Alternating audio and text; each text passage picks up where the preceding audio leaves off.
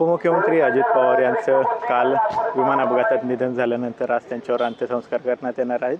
बारामतीमधील विद्या प्रतिष्ठान मैदानात त्यांच्यावर हे अंत्यसंस्कार करण्यात येणार आहेत आणि आता ज्या ठिकाणी अंत्यसंस्कार करण्यात येणार आहेत त्या विद्या प्रतिष्ठान मैदानाच्या गेटच्या बाहेर मी आता आहे। कला व विज्ञान महाविद्यालयाचं हे खरं तर गेट आहे आणि या ठिकाणी पाहिलं तर मोठा पोलीस बंदोबस्त जो आहे तो एकूणच ठेवण्यात आल्याचं आपल्याला पाहायला मिळतंय। याच गेटने खरं तर जे VIP या सर्व अंत्यविधीसाठी येणार आहेत त्या VIPंसाठी या गेटने एंट्री असणार आहे आणि त्याच अनुषंगाने या ठिकाणी पाहिलं तर मोठ्या प्रमाणावर या ठिकाणी पोलीस बंदोबस्त ठेवण्यात आलेला आहे।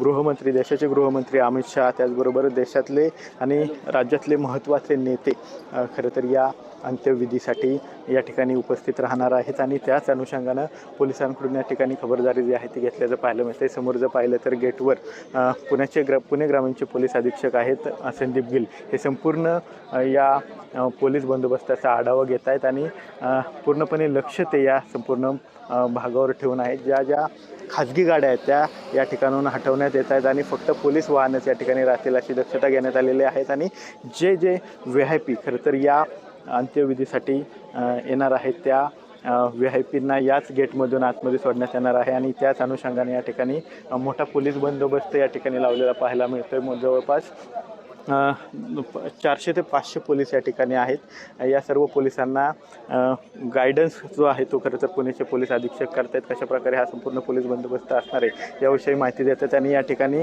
कशा प्रकारे पोलीस बंदोबस्त ठेवण्यात यावा याविषयी ते मार्गदर्शन करतायत आणि याच खरं तर या संपूर्ण परिस्थितीचा आढावा घेत ते या ठिकाणी पोलिसांशी चर्चा करताना आपल्याला पाहायला मिळत आहेत। एकूणच जर पाहिलं तर ज्या ठिकाणी आज उपमुख्यमंत्री अजित पवार यांच्यावर अंत्यविधी करण्यात येणार आहे त्या ठिकाणी पोलीस बंदोबस्तसुद्धा मोठ्या प्रमाणावर या ठिकाणी ठेवण्यात आल्याचं आपल्याला पाहायला मिळते। कॅमेरा पर्सन तुषार सेन सविनय जगताप TV9 मराठी बारामती पुणे।